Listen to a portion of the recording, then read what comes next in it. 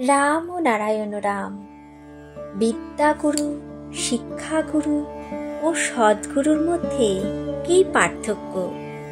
যার থেকে শিক্ষা গ্রহণ করা হয়, বিদ্যা লাভ হয়, তিনি হলেন বিদ্যাগুরু।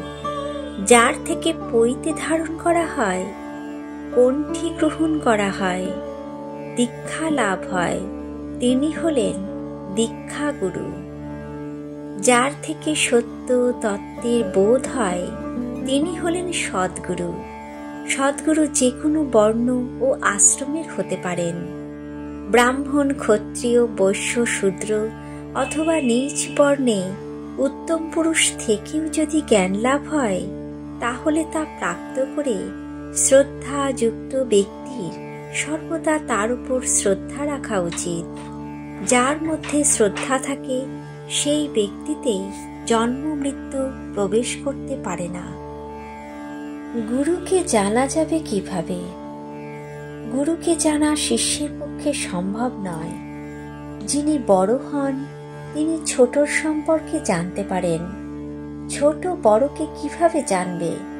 তবুও যার সংস্পর্শে এলে নিজের মধ্যে দৈবী সম্পত্তি আসে, আস্তিক ভাব বৃদ্ধি পায়, সাধন বৃদ্ধিপ্রাপ্ত হয়, আচার ব্যবহার সূত্রে যায়, তিনিই হলেন আমাদের গুরু।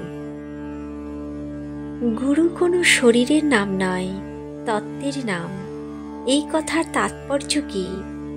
গুরুর সাহায্যে শিষ্যের যখন অন্তর প্রকাশিত হয়, জ্ঞান লাভ হয়, তখনই তাকে গুরু বলা হয়। তখন তাকে গুরু বলে মেনে নেওয়া, তাকে সম্মান করা, পূজা করা হলো শিষ্যের দায়িত্ব।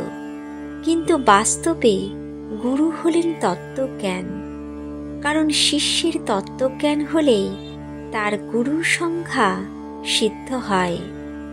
তাই ভগবান বলেছেন যে গুরুতে মনুষ্য বুদ্ধি এবং মনুষ্যে গুরু বুদ্ধি করা অপরাধ। অর্থাৎ শব্দের সাহায্যে জ্ঞান লাভ হয় এবং গুরু শব্দের দ্বারাই তত্ত্বজ্ঞান করান। সুতরাং পরমাত্ম তত্ত্বই হলেন গুরু। রাম ও নারায়ণ রাম। নমস্কার।